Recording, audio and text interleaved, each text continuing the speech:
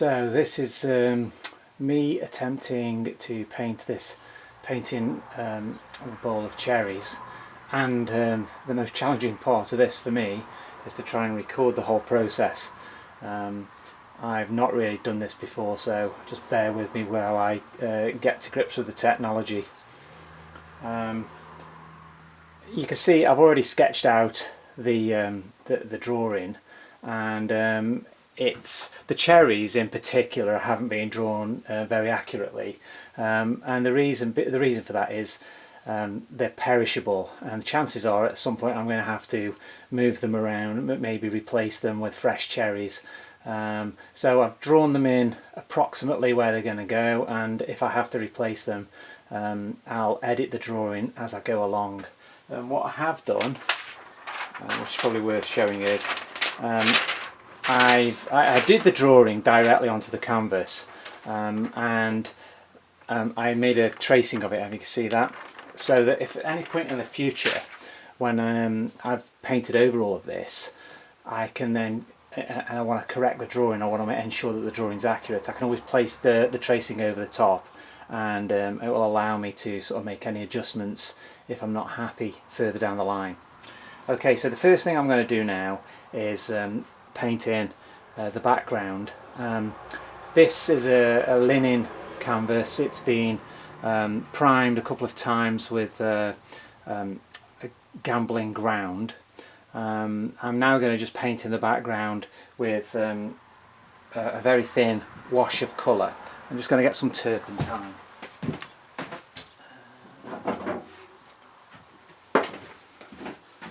Okay, so I'll be thinning the paint down with some turpentine. Only very... I won't be mixing a huge amount of turpentine into it. Just enough just to thin it down a little bit. Okay. Alright, so I'll get some... I'm just going to use some titanium white. A squirt of that on there. And some black. This is ivory black. Okay.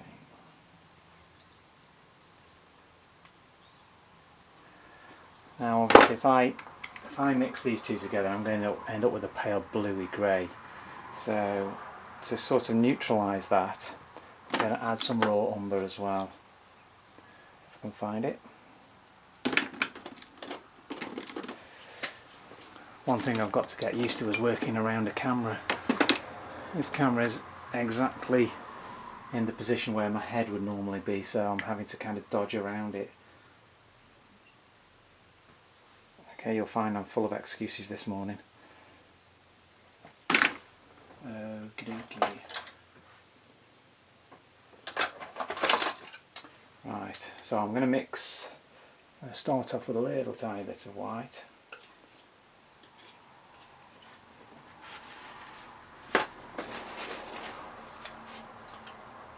Mixing some of the black. And what I'm going to do is I'm going to mix a range of different greys now.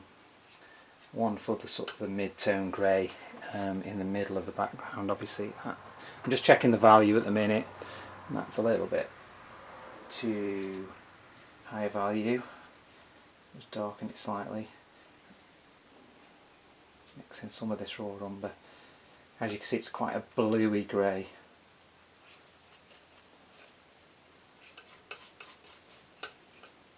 Let's see what that looks like.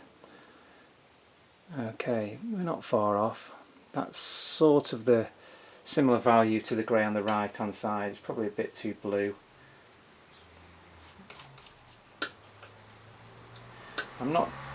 I am trying to get these colours accurate to start with, but to be perfectly honest, I go over the background again. This first pass is just to get the value relationships as much as anything else, and once that's dry I'll then work over it again, and I will adjust these, the hue, and what I mean by the hue is the actual sort of the colour of the object. what we usually refer to as colour anyway. I found over the years the terminology seems to have changed. When I started my career working in the printing industry, making ceramic transfers, and we never used to use the term chroma. It was always saturation. And if you're used to using programs like Photoshop, you'll still find that the term saturation is the one that's used, not chroma. But I know now that within the painting world, chroma is the terminology that people use.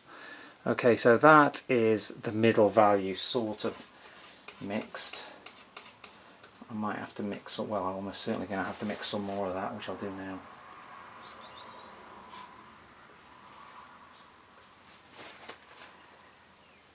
One of the reasons I've not done these real-time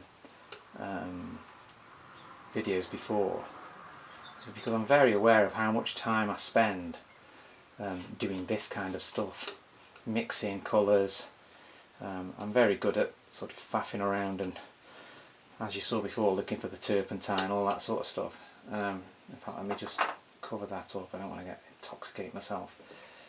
There we go. You'll notice I always keep the lid on the turpentine, and I use Gamsol to thin the paint down, and I always keep the lid on it. Although it's odourless, it doesn't mean that you're still not breathing in the fumes, and I'm sure it's not very healthy. Okay, so I need a bit more raw umber, so I'm going to try to be constantly apologising for not spending the whole of this video painting. As I was just saying, most of the time when I'm doing a painting, it's spent mixing colours, making sure that they're accurate, and actually, I mean, it'd be interesting to see how much time's actually spent with the brush touching the canvas. So that needs a tiny bit more.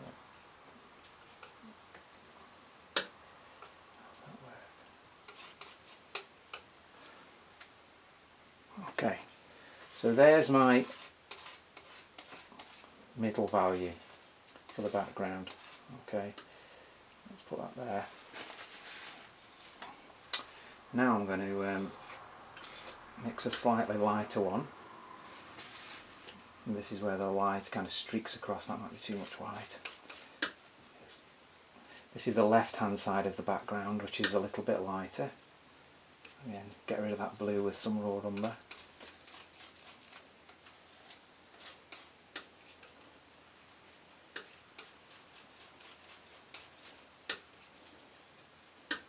As you can see, it's lighter than that value. It's still quite blue. Let me hold it up and have a look. Now when you're holding the knife up like this, I don't know if the camera won't pick this up probably, but I'll put it here.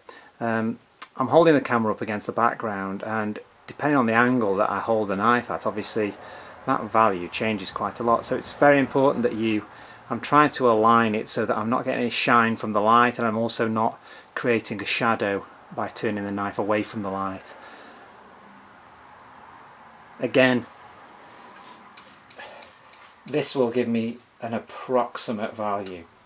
You have to use your eyes. I mean, at the end of the day, I'm going to do this. I'll hold it up, I'll put the paint on the canvas, and then when I look at the relationships between these colours, these values, when they're on the canvas, I can then adjust them based on what I can actually see in the still life. None of these techniques are 100% guaranteed to give you success. So holding the knife up like this will get you close. That's not far off now. It'll get you close, but it won't actually, well, rarely I find, gives you 100% accuracy. You have to use what you can see, you have to use what you can see on the knife, on the canvas, in the image. There are even, there are programs like Chroma Magic, which is great. You can actually take a photograph of your still life setup. Just a helicopter going over. Put the file into Chroma Magic. That's not bad. That's the highlight colour. I don't need as much of that. So I was saying you could put your colour in your image into Chroma Magic and then click on part of the image, and it will tell you exactly which Munsell colour. If you ever used Munsell, you can get Munsell charts with a range of different colours on. It'll tell you which Munsell colour to mix, but that's assuming that your camera is calibrated accurately, and your photograph, the exposure and all of that sort of stuff was accurate. And I generally find cameras tend to, the exposure's kind of a middle ground. It'll overexpose one part of the image, will underexpose another, so your eyes are actually a much better tool than a camera, in my opinion. Okay, so now I'm going to mix the shadow side, and this is really dark, so the bulk of this is going to be black and raw umber. And what will happen, I'll paint this in, and then the shadows will probably need glazing once they dry, because they just tend to get absorbed into the canvas, so that needs even more black in it. The important thing here is getting the contrast between the values, as I said earlier. It's a comparison.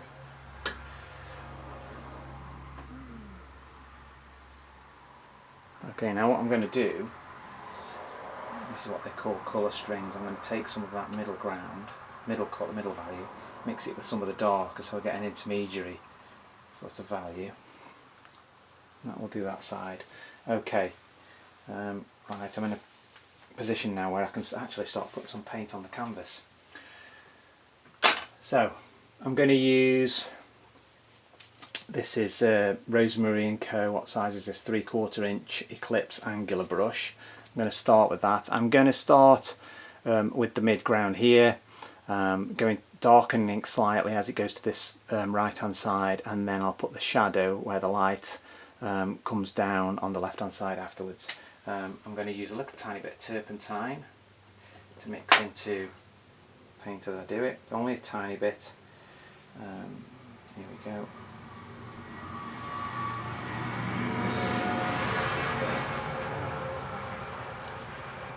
As you can see, when it goes on, it looks really dark. And that's because we've just got this really glaringly white canvas in front of us. So the first job of today is to really get rid of that.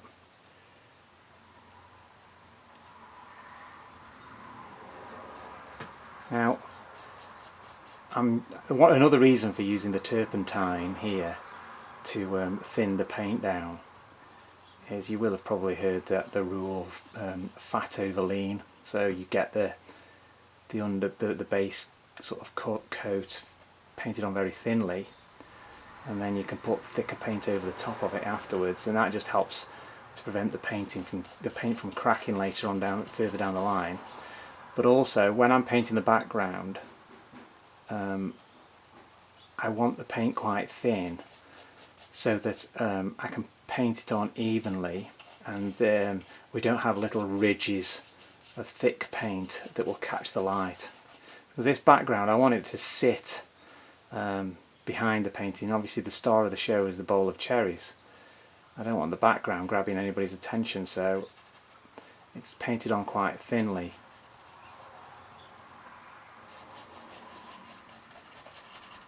You can see it's very thin, this is almost a wash.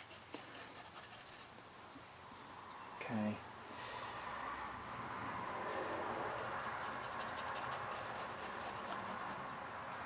Now it needs to get light, start gradually getting lighter as I go this way. So in a moment I'm going to start introducing some of that lighter mix that I've made.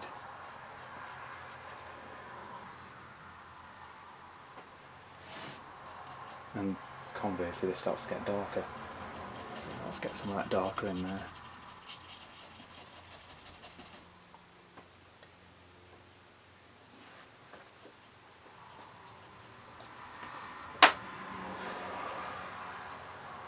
I really hope this. I'm recording the voiceover as I do this. I just hope it records. Like I say, all this is new. It's technology. I'm used to usually just sitting here quietly painting.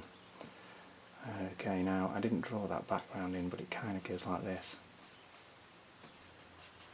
A bit of the tin, the silver.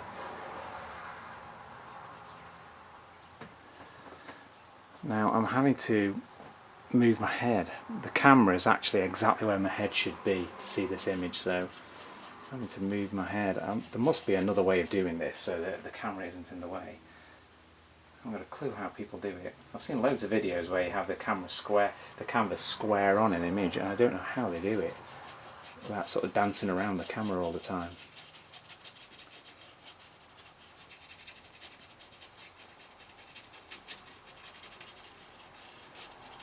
If this pays off, I mean, I'm hoping it will, and I'm able to produce a half decent video, I would really like to invest in better equipment, but it's got to be cost effective. I mean, I don't know if any of you know, I finished I was a teacher, I was a deputy head in a school, and I finished my job just over a year ago to try and make a living painting, which most people would think was an absolutely crazy decision. So at the moment, most of my income, well, all my income pretty much, comes from my paintings, selling my paintings. However, I would like to, being a teacher, I would like to do more where I can share what I do. But of course, that involves an investment in equipment, time, energy, etc. And I can't do it overnight, unfortunately. So this will be the first of hopefully many videos, and if I can build a following on Patreon, then I can use the money I get from that to buy better recording equipment. And unfortunately, that is a fact of life, that this stuff costs a lot of money, and at the moment I can't justify the expense. This is almost like a litmus test to see if actually this is worth pursuing. As I do the paintings anyway, it seems a pity that not to be sharing what I'm doing, really. So just let me know. Well, I guess I've seen plenty of these videos myself, tutorial videos, and I know that there's some really excellent tuition out there, and at this stage I'm not in a position to, as I say, invest in the equipment needed to do that. But hopefully I've got something worth sharing, and you'll enjoy seeing it. Right, so I think when I go over this in the second pass, this area is going to have to be a little bit lighter. It does go darker as it leans towards the right hand side, but that contrast at the moment isn't great enough. Right, I'm going to go into the shadow area, which is down this side here.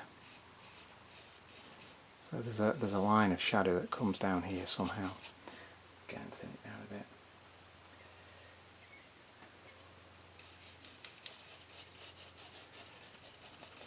And you can probably see just the way the light, I've had to move my lights as well to accommodate cameras and things. And I can see a glare from this, because obviously the black's very reflective, a glare from the light onto the canvas. Sound like I'm doing nothing but complaining, don't I? Okay.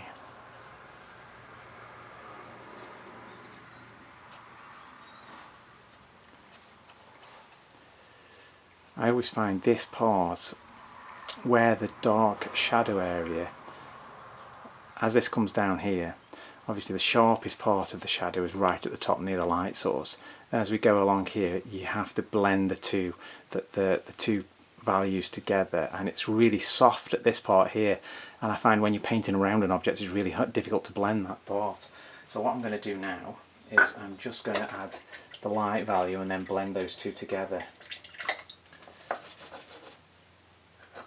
So here we go. So this is the lightest value that I mixed. And as I say, we want that divide here to be quite sharp, but then gradually blending in as we go further down.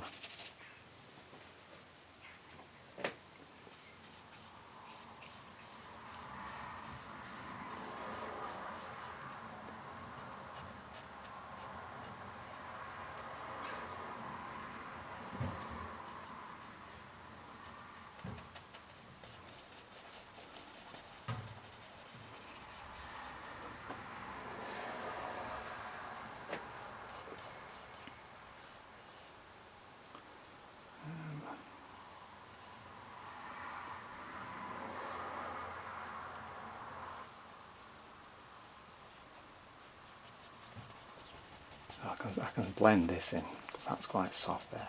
Actually, that's doing a good job of lightening all of that up as well.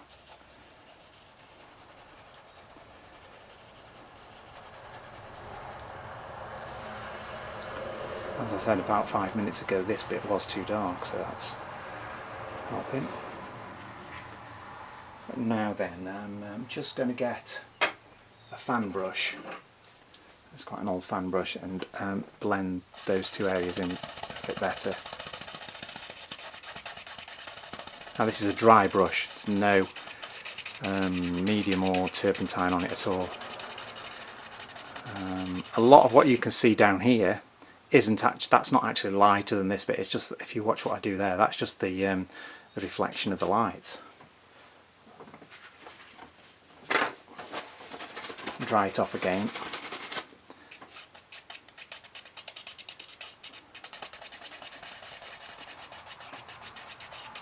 This is why it's useful to have a drawing made, just so that if I need to tidy this up later on. Okay.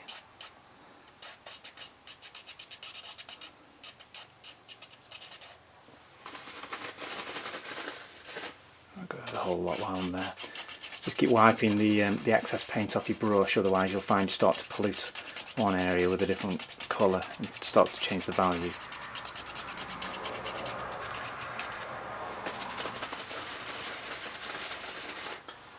Got to finish down this left hand side where the side of the bowl is, and that's really dark down there.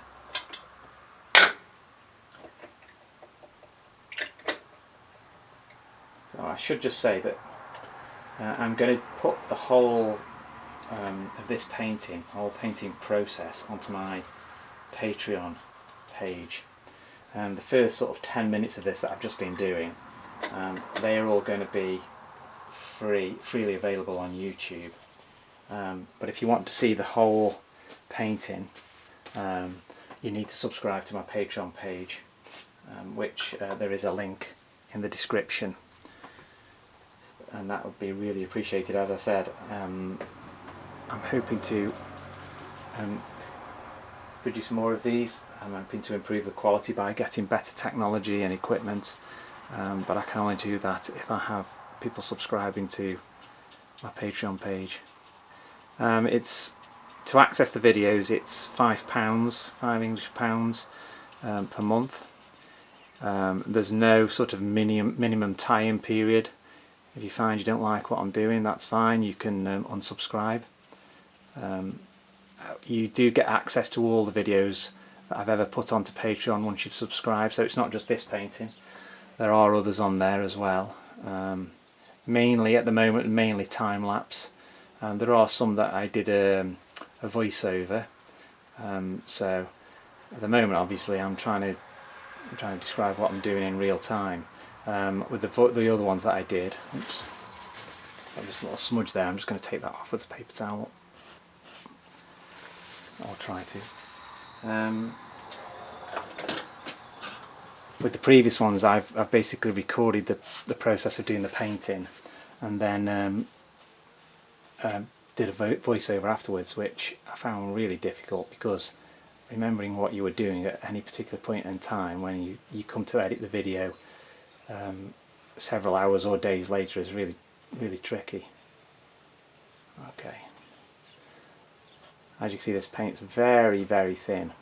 I don't want to use thick paint at the moment. I want this to dry as well, because I want to be back on it again either later on today or tomorrow.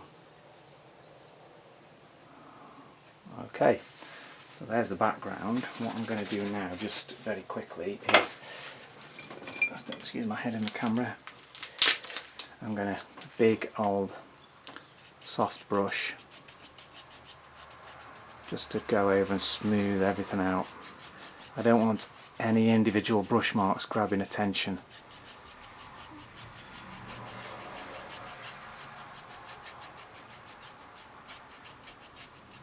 And when you're painting, I mean, I will go over this again as I say, the oil's great because it'll stay wet and you can manipulate it for quite a while, and then you suddenly find it just seizes up. So you have to get this done in one go. For example, I couldn't have sort of painted this side and then an hour or 2 hours later come back and paint this side and then hope to blend them together as well. It might still be wet enough, but it's unlikely. I try to get these sort of areas where I'm blending, I try to get it done in one go. Now I can still see some inconsistencies here, but I'm going to go over that again later. Now I've got a transition from light here going across to dark, that's what I wanted. I'm going to drag some of this white, so I'm not going backwards and forwards now, and what I'm going to do is take some of this lighter area and drag it across a little bit because I want the lighter area extending further over. What I could do, in fact what I'm going to do, is add some more of the light value so that I can then drag that over. I don't know if you can see this, but every time I wash the brush off, I'm drying it as well. I've got a rag here that I dry it on. So, get some of this lighter value, paint that in here.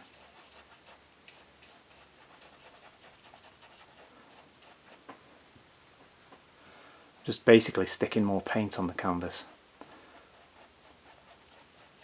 And now I should be able to drag some of that across. I don't want to come that way because I'll be dragging the more of the black, the darker value into it.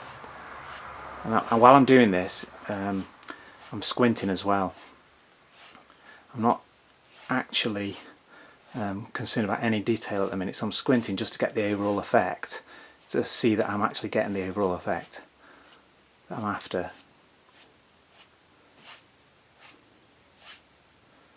That's not bad. Okay.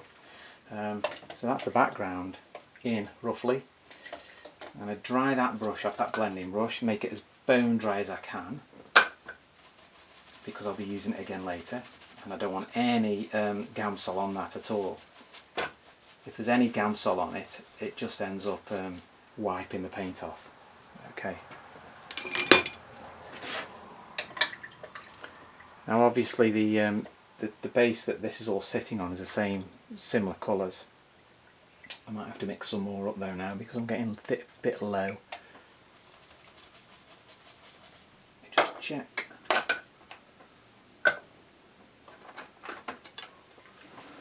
The surface here is very light. It's probably as light as this area up here, because obviously the light's coming down and hitting that. And then we've got a shadow underneath, which is not as dark as this, but it's definitely darker than this. There is some of the light from this surface is bouncing up on underneath this silver and then reflecting down, so it lightens this shadow area slightly. The line between the background and the tabletop, there is a sort of a light band across there, so I'm probably going to paint that in first. And I'm going to use a mixture. So I've got, I don't know if you can see on my palette, I've got the light going all the way through to the dark, and I'm blending the two where I need to. So I'm just going to use this mixture here. It's probably too dark actually, a touch of white in it. Now one thing I'm going to do now, I hope this doesn't get in the way, just to steady my hand for this line, I've got a cane that I have rested above the top of the easel, that'll just keep my hand steady.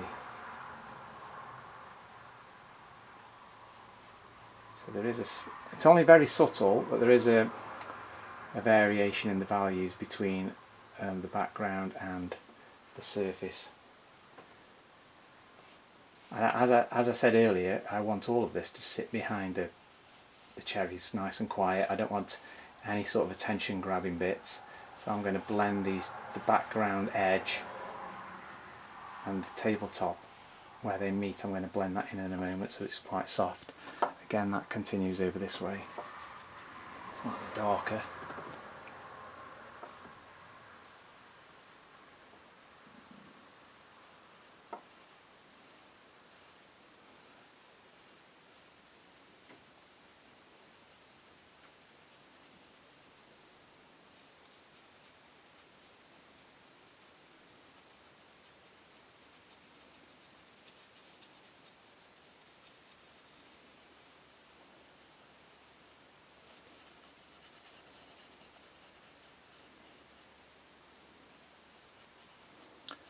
Okay,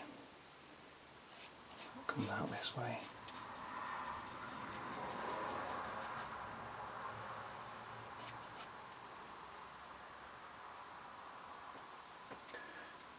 And then we've got the bit at the front which is quite light.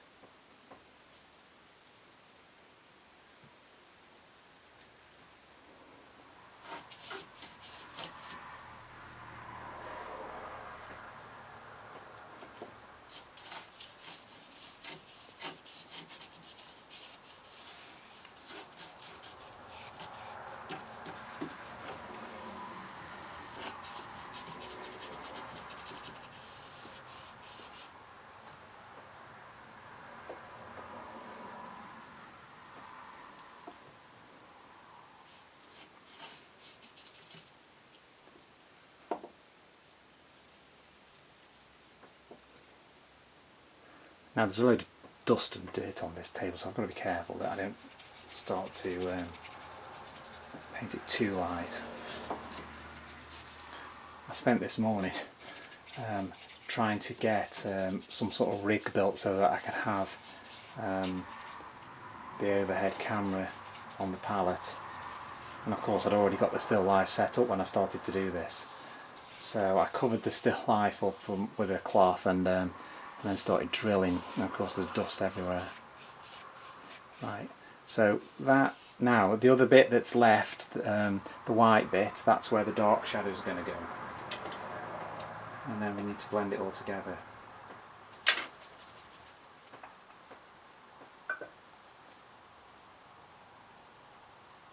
Okie dokie, so it's probably too dark.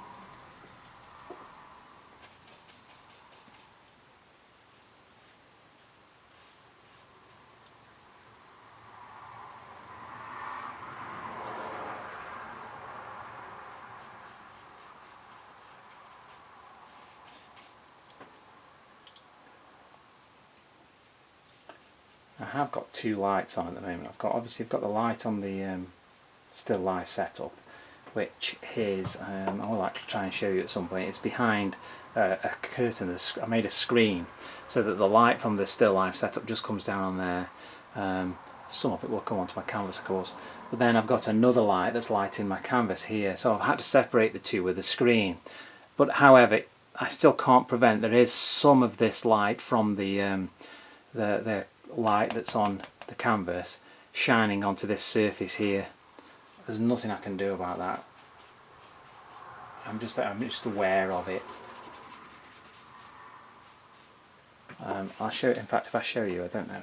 I'll just turn off this light that's on the canvas, and we have got the cherries in shot, so you'll see how there is a slight change to the lighting on the bowl. Watch what happens to the bowl when I switch the light back on again.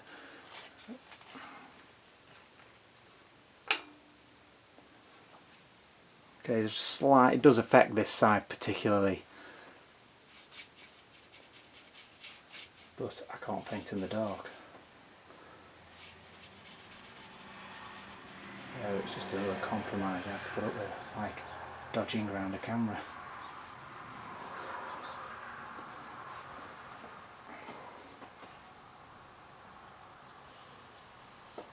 Now this is quite subtle, this bit here.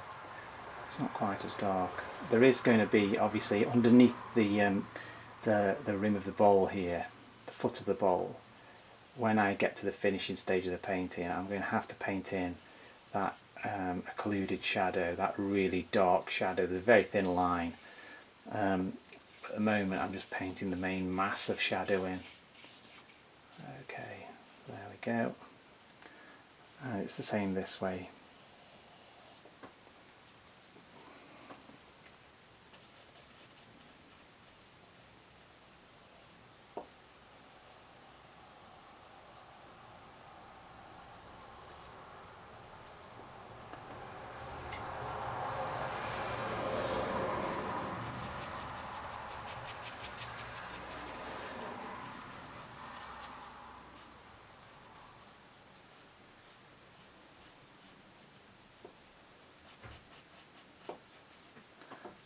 Okay, right, now I've got to blend all that in. Just soften it up a little bit.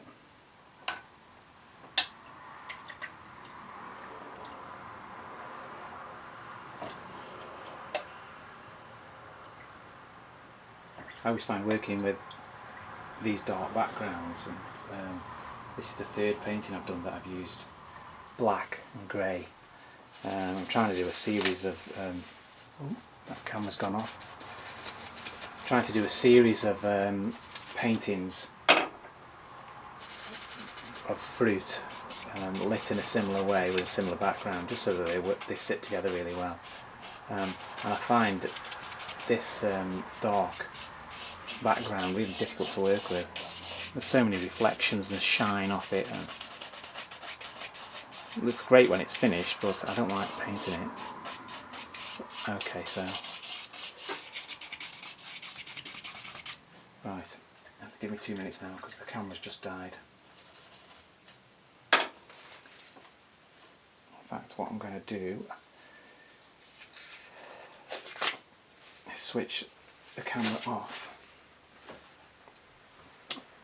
Back in a minute.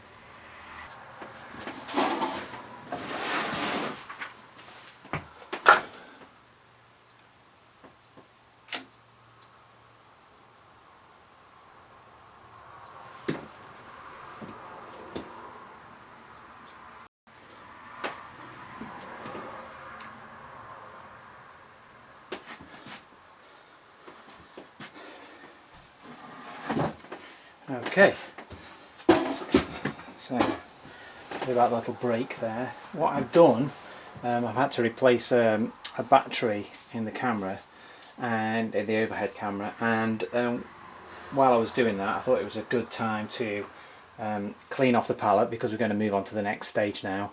And the other thing I did do is I replaced the Gamsol that I was using before. It got muddied up with the greys and the blacks that I've been using, so I don't want those, even though the Gamsol isn't intended to go onto the canvas, when I'm washing the brushes I don't want any pigment that I'm not using mixed in with the colours, so I've replaced the Gamsol with some fresh Gamsol. The great thing about Gamsol is if you leave it in a jar to store, it will settle and you can reuse it, and you just end up with a sludge in the bottom of the bottle. Right, so now I'm sort of in two minds as to what to do next. I'm thinking I'm going to paint in some values for the cherries, which are very dark, and then move on to the bowl afterwards. Now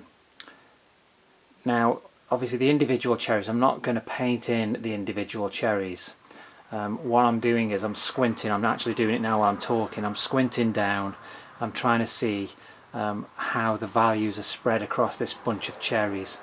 I have an area here that's really dark, and I'm comparing that to this dark up here. Underneath these cherries is really dark. Same sort of in this area and over to the left. What happens here, it's very ambiguous actually, and I don't want to try and paint in every single cherry because it'll just end up looking too tight. I want to try and retain some of the ambiguity that's in this as well through suggestion, and it's a tricky balance to strike. Obviously you don't want it to look abstract, but then I don't want it to look overworked and laboured. And one thing I am going to do, the little sort of shadow board that I've got the side has moved, so I'm going to just move that. Okay, that's better. Right, so in terms of the hue of these cherries, I've got a few different values I'm going to have to mix, a few different colours I'm going to have to mix, sorry. I have ordered some more paint. I think I'm going to need a cadmium red for the lighter parts of the cherries, and I don't actually have any left, so that's on order. That should arrive in the next day or so. So I'm going to put all the reds that I've got available to me on here. I've got a quinacridone rose, that's going to go on. These are not in any particular order.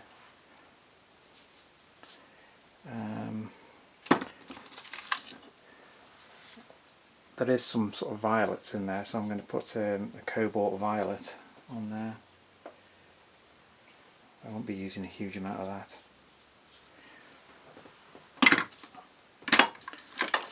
As I said, I don't really know which of these colours I'm going to need and which ones I'm not. I think I can find it. I think I might need some transparent oxide red.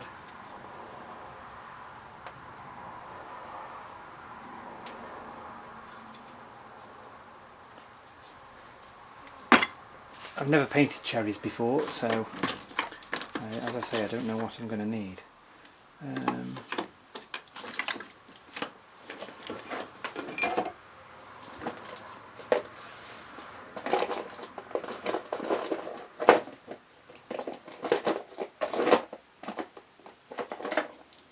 That's too bright.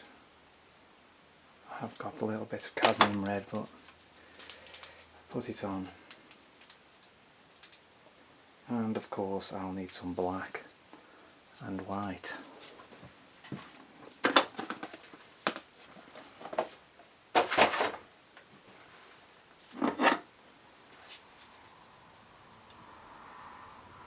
Probably need some blue as well. Use the black for that. At the moment, as I said, the subtleties of the colours are something that I'm going to look at later. My main concern at the minute is to get a structure in place, to try and model the form just using values. Obviously I want the colours as close as I can get them, but the form is the thing that's going to come first, the values first and the form. Right, so I'm going to try and mix a local colour for the cherries, so that's just essentially choose one of the cherries that's like an average across the bunch and the main cherry type colour.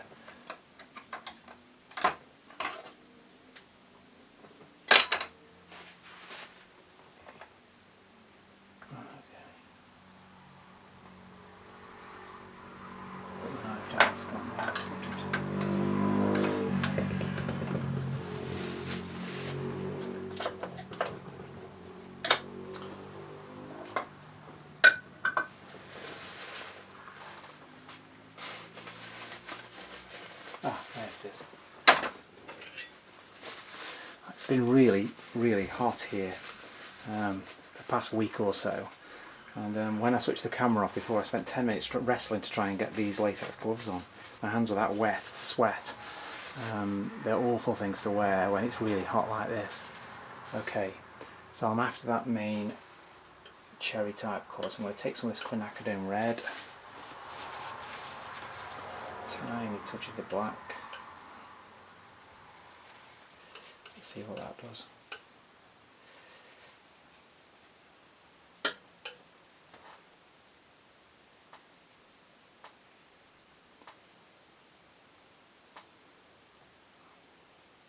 There's so much variety in these cherries, it's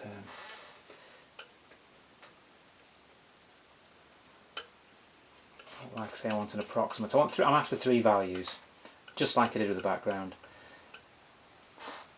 I want a shadow value, I want the local colour, and I want a highlight value. Still think that needs to be a little bit lighter. It's not far off. So that's quinacridone red and ivory black. I've got these other colours on there just in case. There's a cherry at the bottom that's really bright, but then again there's one that's next to it that's really dark. I'm going to use that as my, a bit lighter, my local colour.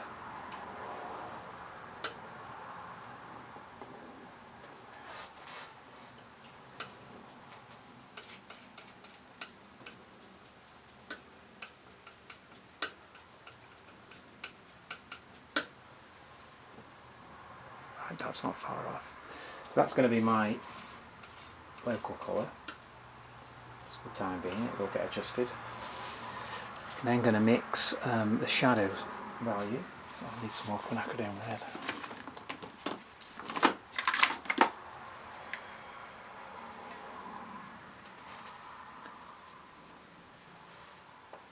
Another colour that I possibly will need is crimson alizarin. Find it.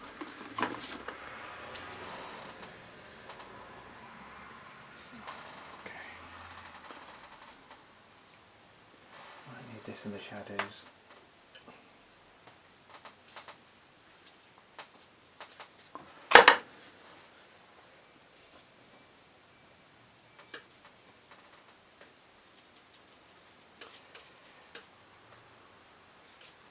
I won't go too dark with this. They are dark, but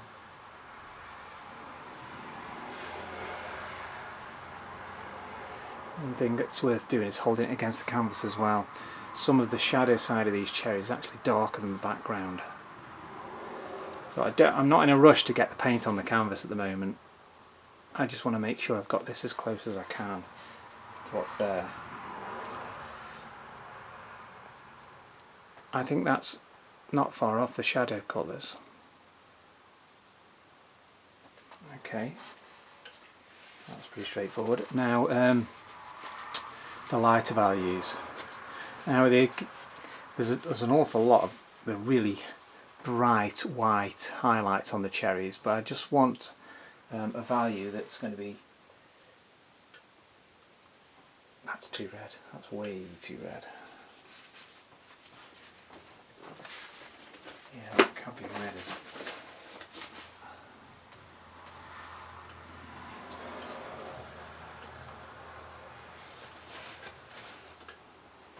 It's more of a purple I need. I think the quinacridone red's a better colour. I think I might just ditch this. Oh, it's just too bright.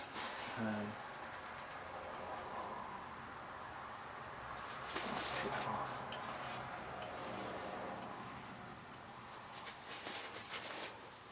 One thing I thought when I was deciding I was going to do this video is I'm going to try and keep everything that I do wrong.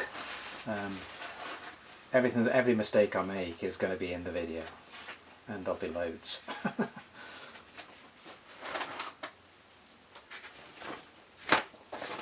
mean, I watch these guys on YouTube painting, and they're just so confident with what they do. Either that, or they've just edited out all the mistakes. I'm going to add a tiny touch of this violet to it.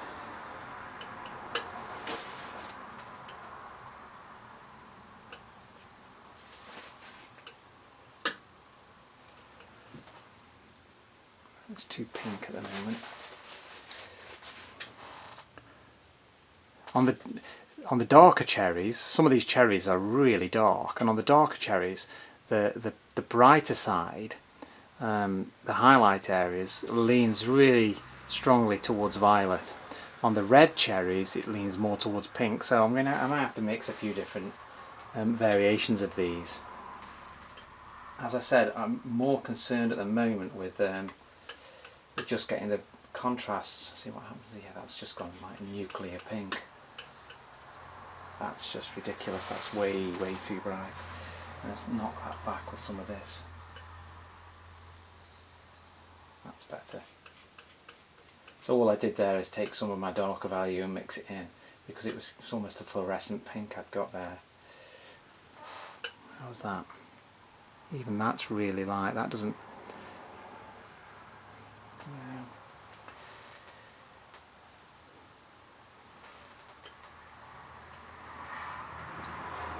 As I said earlier, I spend a lot of time doing this. there's no point in putting colours on the canvas and then thinking, oh no, that's not right.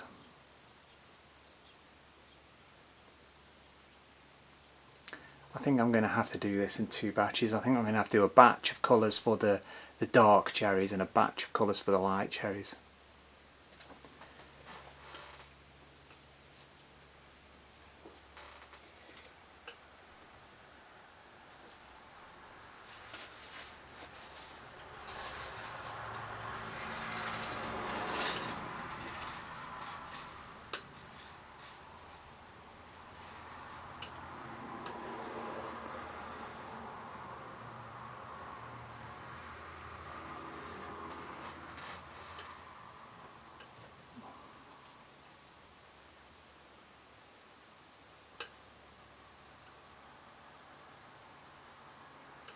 Start to blend the two together just to see if we can get something like.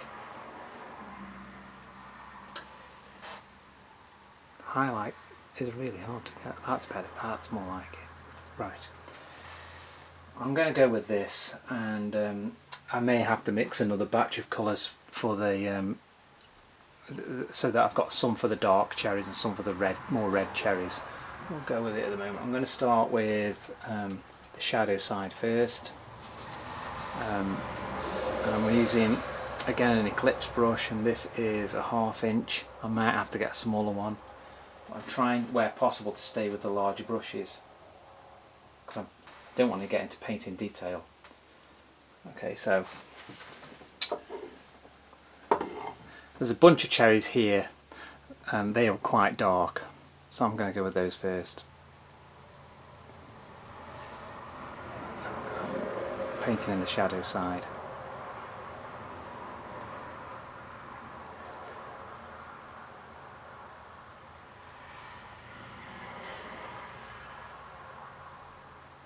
Again, I've got the paint very thin. I don't want to, I'm not that fussed about detail. It's very thin, I'm just getting the values in. That's really dark in between the two there. I'm going to have to move my head behind the camera, so this. And I'm not trying to separate one cherry from another, I'm just squinting and looking at the masses of darks and lights.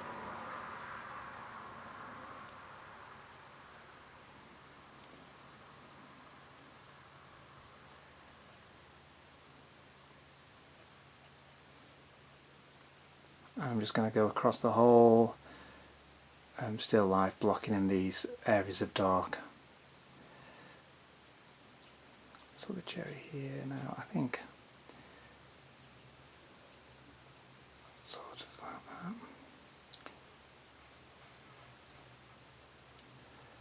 that. And some of these shadows kind of merge into each other, and I don't want to lose that ambiguity if I can help it. That's one of the reasons I'm not painting each individual cherry. What happens is your mind just fills in the gaps.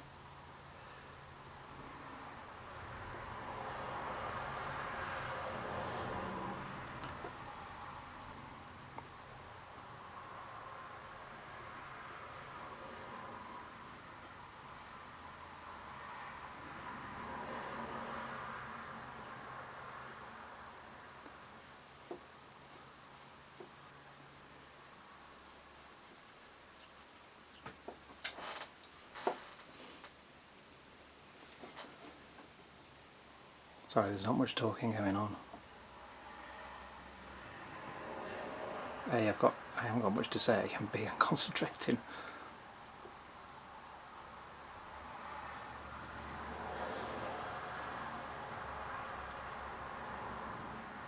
Every time I take my eyes off the still life, I mean, my head's flicking constantly from the canvas to the actual still life setup. And each time I take my eyes off it, I will lose where I am. Okay, so there's 2 cherries overlapping here.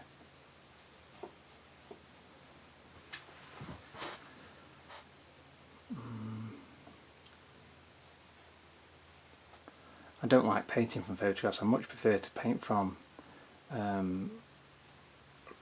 life itself.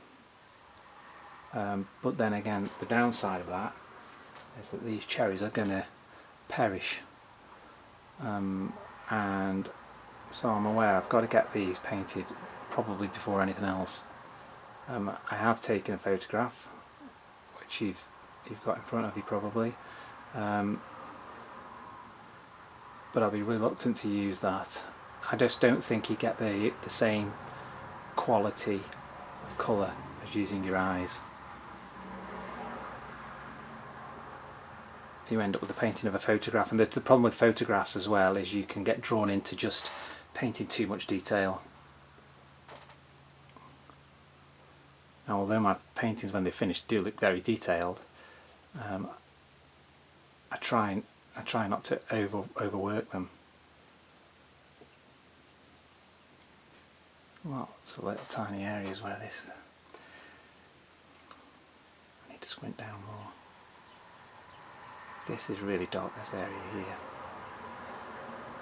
It's darker than I've done it.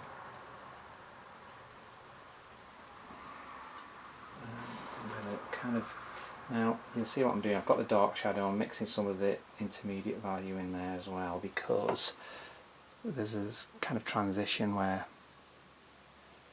it doesn't make much difference. You might not be able to see, it's very subtle. In fact, I'm going to take some white. I'm actually going to lighten this here. There we go.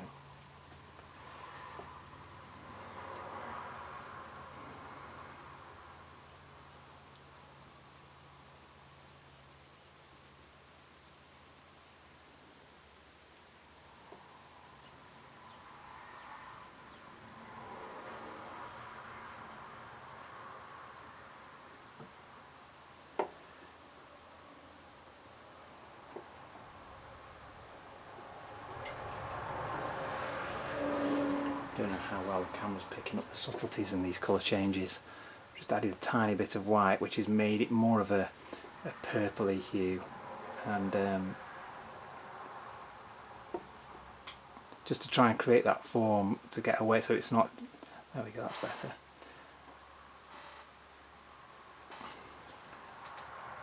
I mean, the transition from dark to light needs to be relatively sharp at this stage anyway, because I want a clear distinction. I want to know which is the shadow side of the cherry and which is the light side. So I don't want it too soft. I want it very clear at the moment which is the shadow side and the light side. But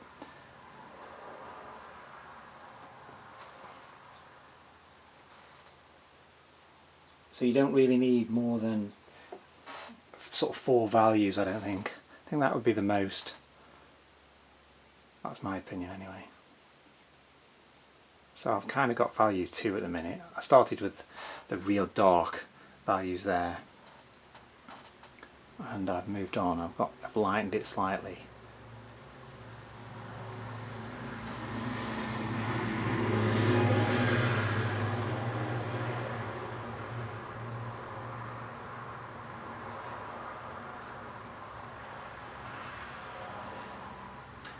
I have to go to the red in a minute.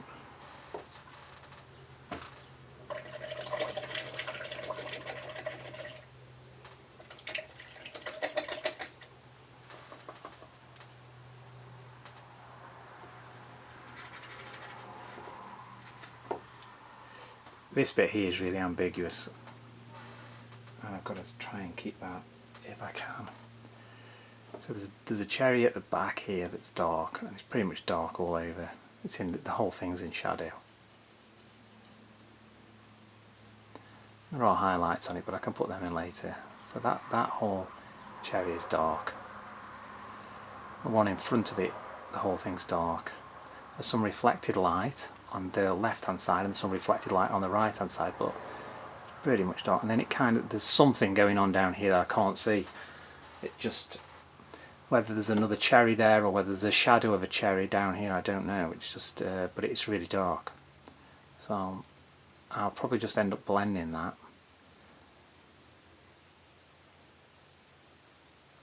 This reflected light on this side of this cherry is almost purple. It's almost like a violet. Get something to... What I might do is mix a little bit of black in. Make a grey. Bluey grey. There we go. That might do it. Yeah, that's a bluey grey. It needs to be a little bit lighter in value. As you can probably tell from what I'm saying, you can, when you start these paintings, I've got a rough idea of how I'm going to go about it, but when you're actually in the throes of doing the painting, a lot of it is just sort of not making it up as you go along, but trial and error. So I've noticed that these cherries on this side are all dark, but there's a reflected light on the right hand side of them. So here, for example, there's a reflected light down there. There's a cherry here with some reflected light on it, and that's a bluey grey colour. That's probably coming from this background somewhere. It needs to be even lighter than that, I think. You have to be careful with reflected light that you don't. You may have heard this before. Don't paint it too light. Because I'm focusing in now on this little bit, and I can see that this side of the cherry is lighter than this side. But when I squint at the whole image, this just appears dark. All this area appears dark. So I've got to be really careful that I don't get drawn into painting too light. They're all very subtle, these changes. Now this pot, this cherry, is lighter than the background. So the top of this cherry here is lighter than that bit there where the shadow's coming down in the background. So I just nudge that up a little tiny bit like that.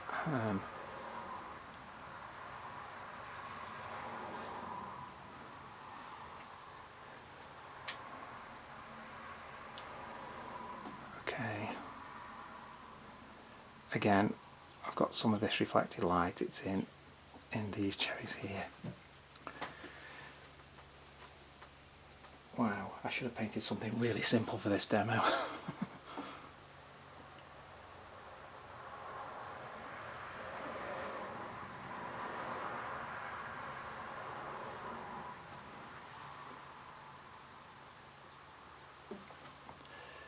Now I can feel myself getting drawn into painting detail, but I've got to be really aware of that. Okay. Nothing in the background. Got any more of that reflected light? There's some over here.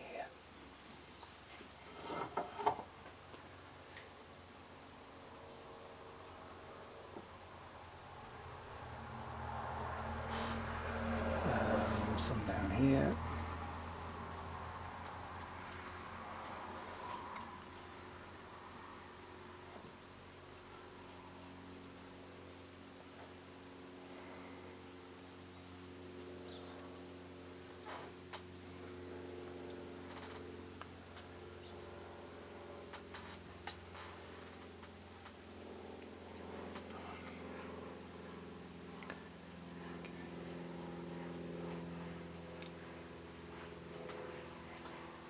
There's red in now.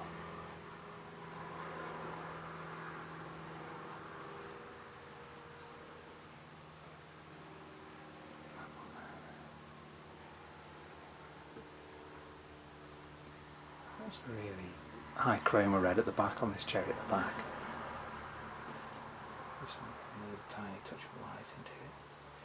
And then there's this cherry at the front here sat there that's probably not bright enough actually.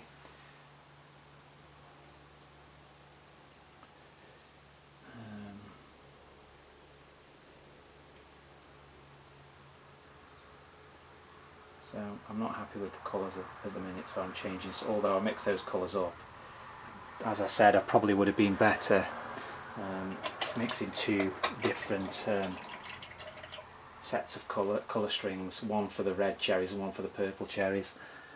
I'm kind of doing it on the hoof here now.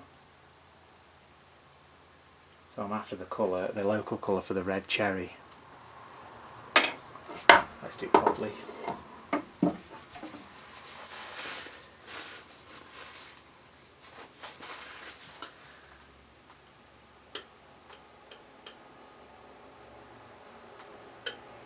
That is too red, I'm pretty certain.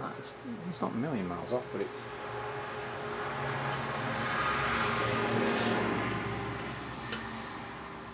So that's just quinacridone red. Tiny bit of my darker value, which was black and quinacridone red. That's not actually a million miles away. Let's try that.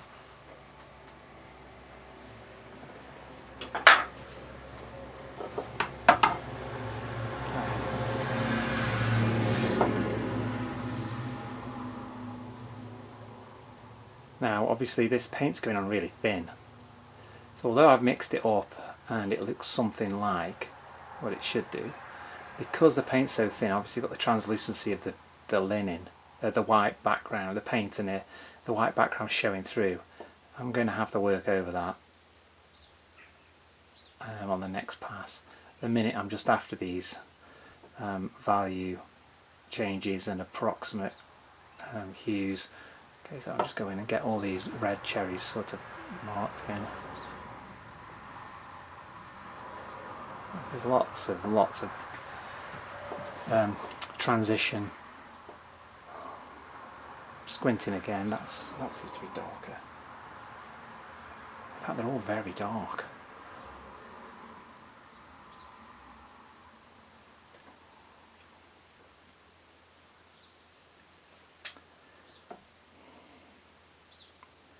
There's that big one there.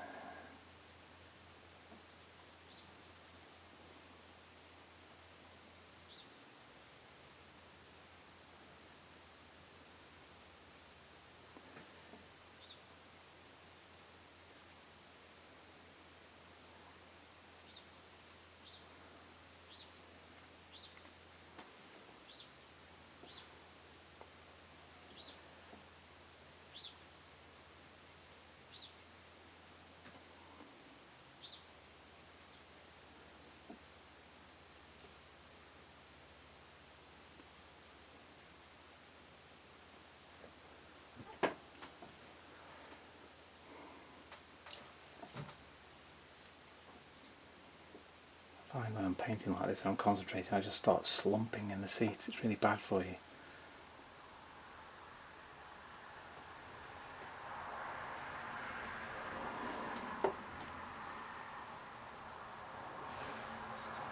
Trying desperately not to get drawn into detail, but I find I'm doing it.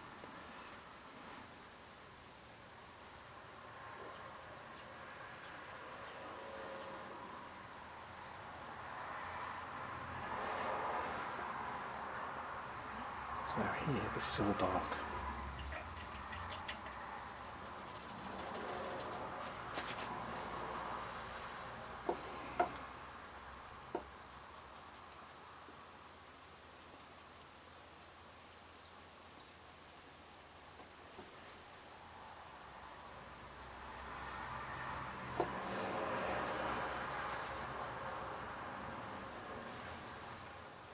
All dark down here.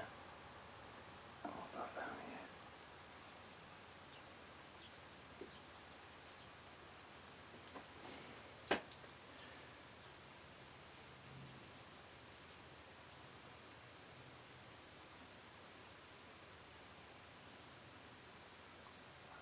Right.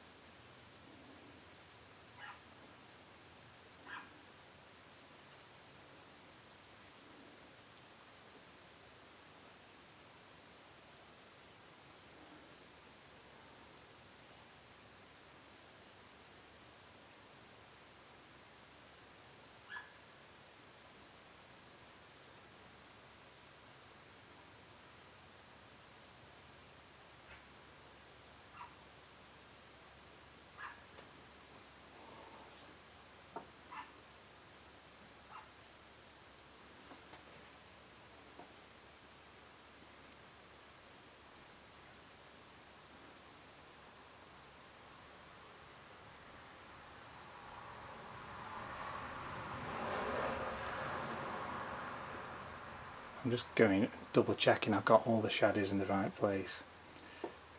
Or just by squinting, again I'm squinting at it and just blocking in the dark areas. Made a bit of a mess of that, never mind. I'm going to have to tidy that bit up there when I do the background again. This brush is probably a bit too big for this job. In fact, I'm going to change it. I could do with using a round brush or a flat brush. Let's see, a filbert or something like that.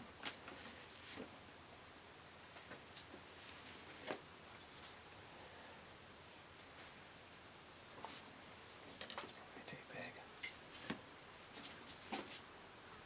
I need more brushes.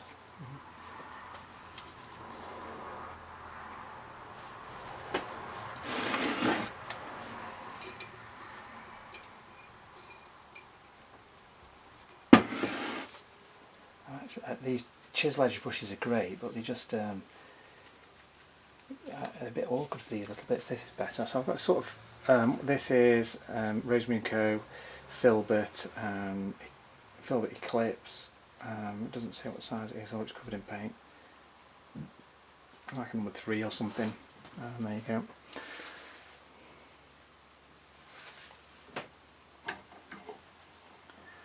Probably easier to use, hopefully.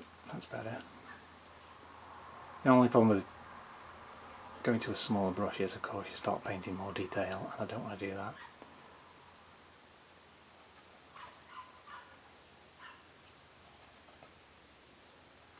Now this red isn't right. I'm not happy with that red at all. And once I've got these shadows something like, I'm going to go back in and change that red. It's too pink.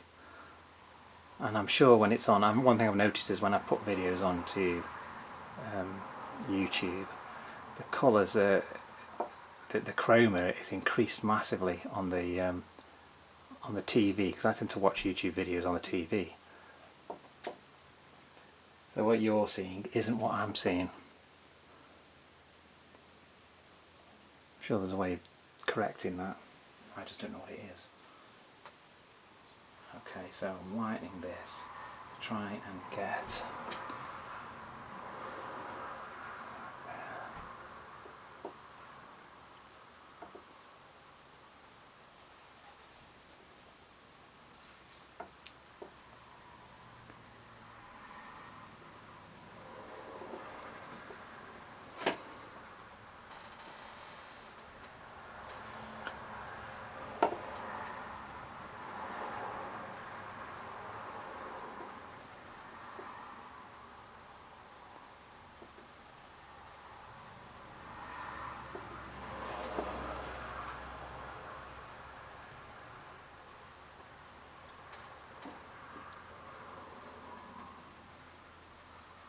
all I'm doing is using these colours that are pre-mixed and just adjusting the values of them, either lightening them or darkening them, just to give me some variation across the whole thing, the whole painting. Right, so that needs to go a lot darker there.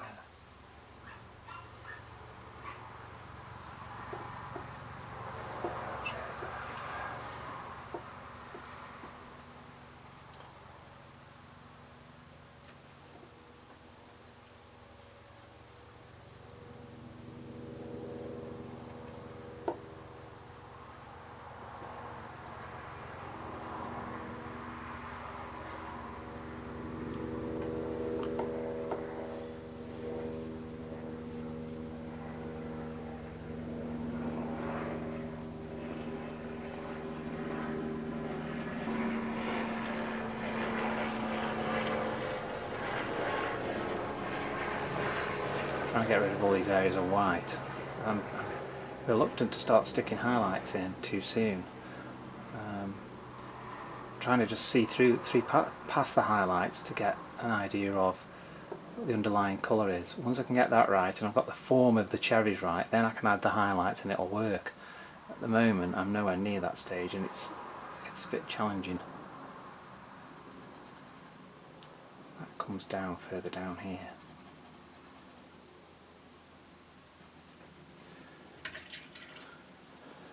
Also, as I said at the very start, the drawing of this, it wasn't absolutely mega accurate, because I knew I'd probably have to replace the cherries at some point. Maybe I should have spent more time getting an accurate drawing. But this isn't easy. That's it.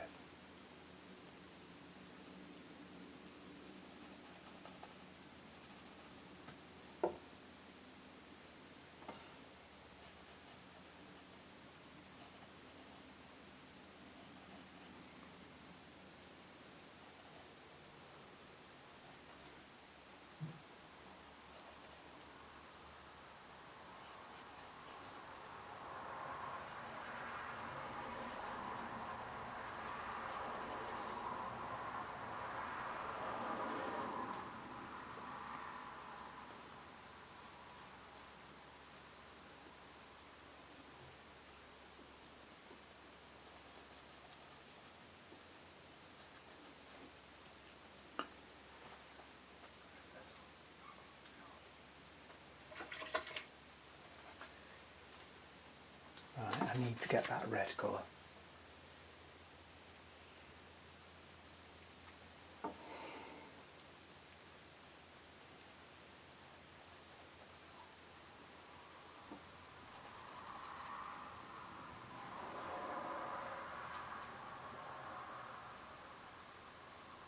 So I'm mixing some cadmium red in. I don't know if this is going to work. I'm just trying to get something like this red for this cherry. This cherry here, that's a bit better. And it gets darker on that side. As you can tell, I am struggling with this bit at the moment.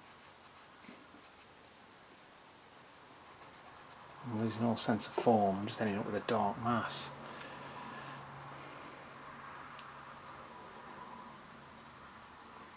Oops.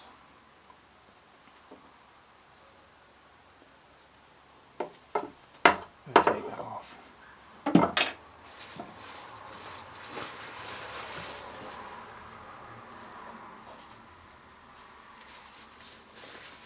That might be an idea, just to try and redefine these cherries. The drawing's going out the window at the minute because I've got a cherry there. This is the problem. I'm going to end up with just one dark mass that doesn't really tell you anything.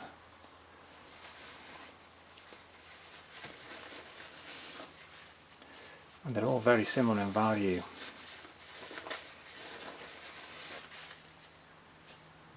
But different at the same time.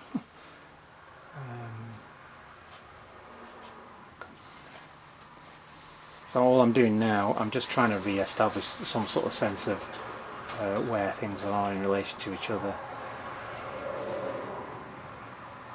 And in fact, what I'm going to do, I'm just going to blend some of this together to help with the ambiguity of it all. And then start to redefine edges. Okay, I'm squinting while I'm doing this.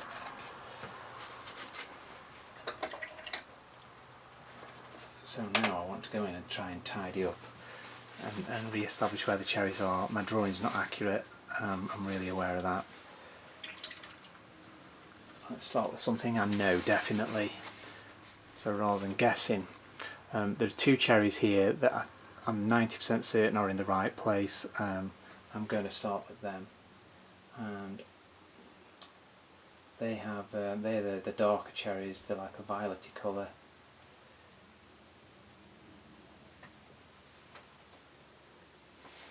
Okay. Actually, a little bit lighter than that.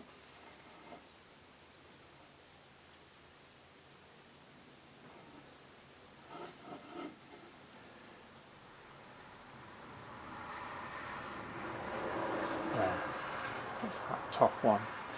And there's one below it, slightly offset. So here I'm just correcting the drawing. The drawing, I was beginning to lose the drawing.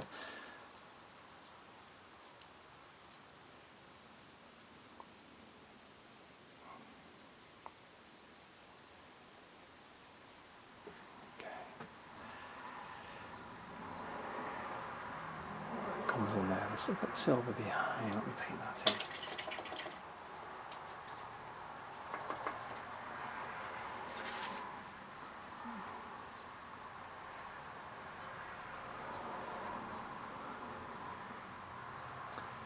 In the background here, this cherry is shaped by the fact that there is silver behind it.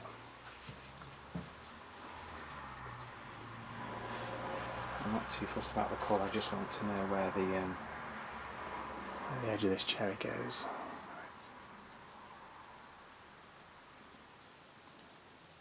And that comes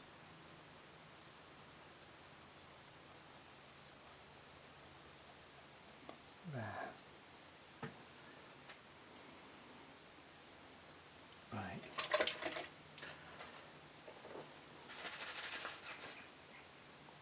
Then we have a red one here. It's nearly as big.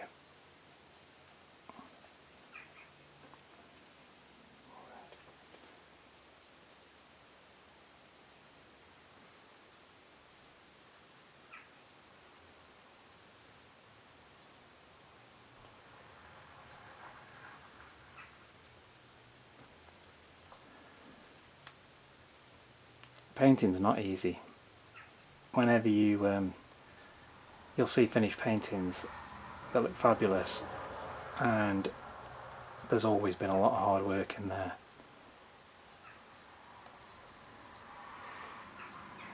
I'm sure there are some people who can just sit down and knock these paintings out, but that must have taken decades and decades of practice. For me, it's always hard work. I find it a struggle, and I think that's normal. I think it's just part of it. You wrestle with the thing until you get it somewhere that you're happy with. And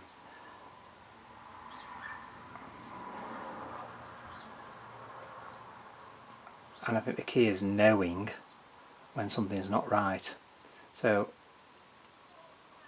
recognising when you've got to make a change. Okay, that's getting a bit better now. This red's better colour, it's darker than I thought. It's better.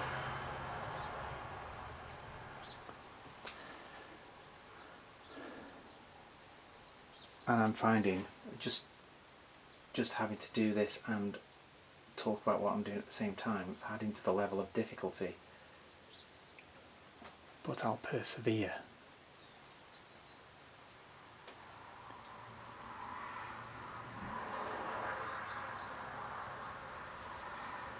Okay, and then I've got this big cherry here. Something's going wrong with my drawing over here.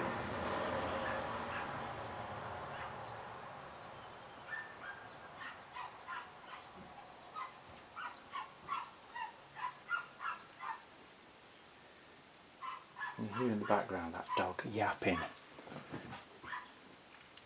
It does that all day.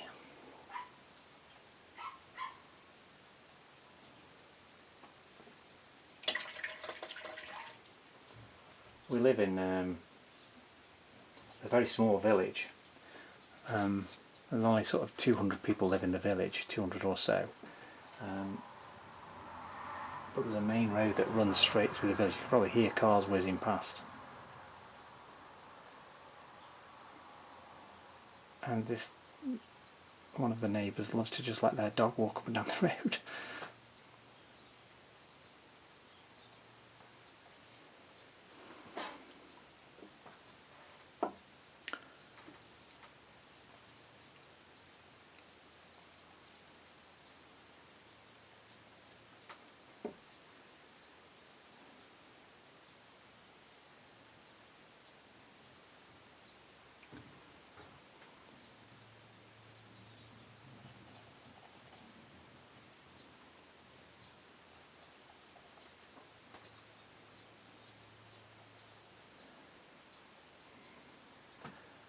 I'm not happy with this here. There's something wrong. I think that needs to be further that way.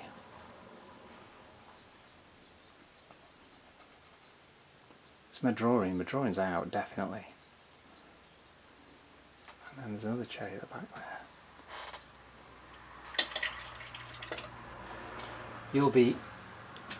You'll have a slightly different view to me. The photograph was taken directly front on, and I'm having to move my head to the side constantly, so I'm amending the drawing based on where I am now rather than where the photograph was taken.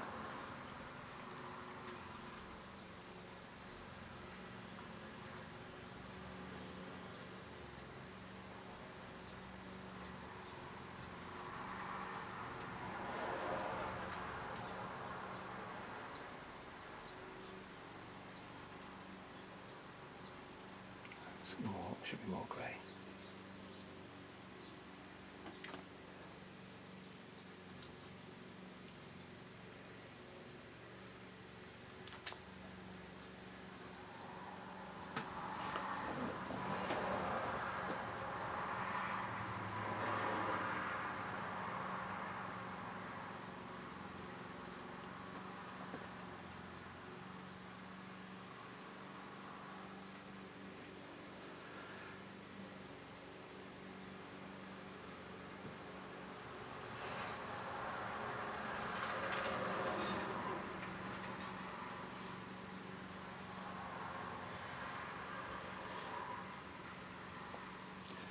The idea of what I'm doing is massing these areas,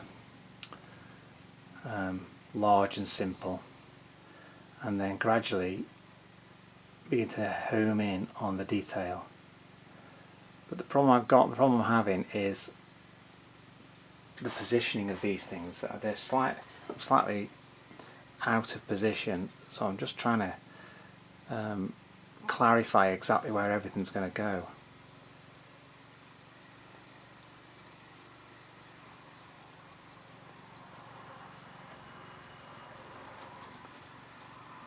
There's quite a lot of complexity in this.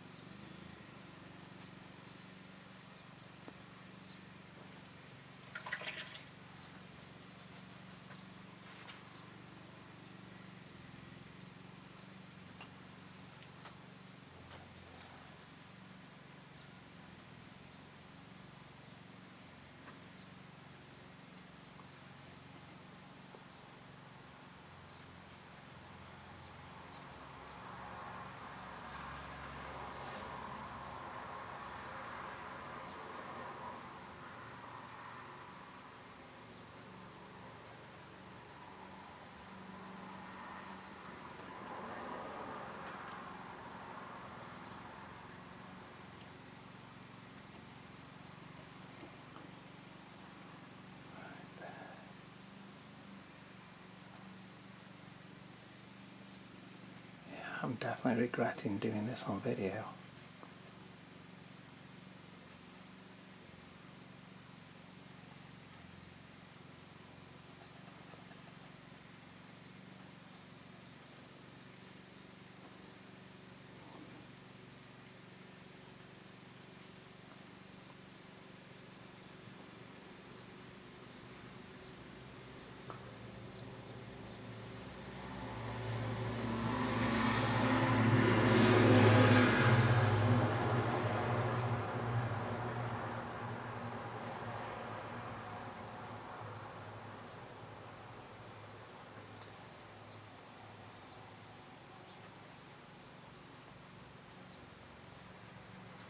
Okay, I'm drawing into detail here. Stop it.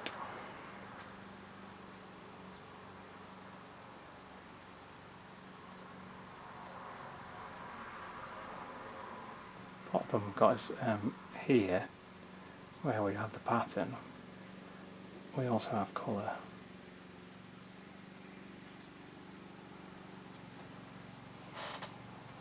Yeah, I'm tempted to leave that for the moment.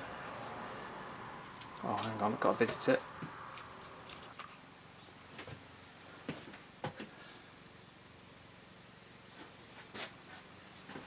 I can't remember where I was up to, I've just had a visitor. I just want to say thank you to Margaret for dropping those pears off. You know who you are. Okay, I'm actually coming back to this has been quite helpful. Having a little break and coming back to it has been really helpful because I was thinking it was all doom and gloom, and actually it's not as bad as I was telling myself. If I squint down, I'm not a million miles away from where I need to be. The drawing is slightly out, but I can continue to work on that. I'm just going to soften that up a little bit. The reason being, again, there's lots of ambiguity, as I said before. I don't want hard edges at all at this point in time. So what I'm going to do is sharpen up the edges that I want sharp later on. So just softening this up. It is almost lunchtime, so I'm going to have a break in a moment, and then what I'm going to do is come back to the bowl, and this afternoon I'm going to try to do the same thing really, block in the values for the bowl, and I'm not going to move on to any highlights. The cherries obviously I've got tons of sort of little white highlights over them, and obviously the stalks as well. I'm not going to touch that at the moment. That will be done later on. I mean, what I'm going to do next is obviously I'll do this, the vase that they're all sat in. I'll then come back to the cherries when they're dry and work over correcting some of the hue and chroma and the values. Only when I'm happy with that and I feel like I'm starting to get more of the form of the cherries, only then will I start even thinking about adding the white highlights. There's no point in doing that and then having to work around them afterwards. I'm just sort of building up gradually. All I wanted at the moment was areas where we've got these blocks of dark, areas that are slightly lighter. The chroma on these isn't quite right yet, but I'm going to keep working on that. Okay, so I'll carry on with the bowl a little bit later on, and I'm just going to switch everything off and have a bit of a tidy up now.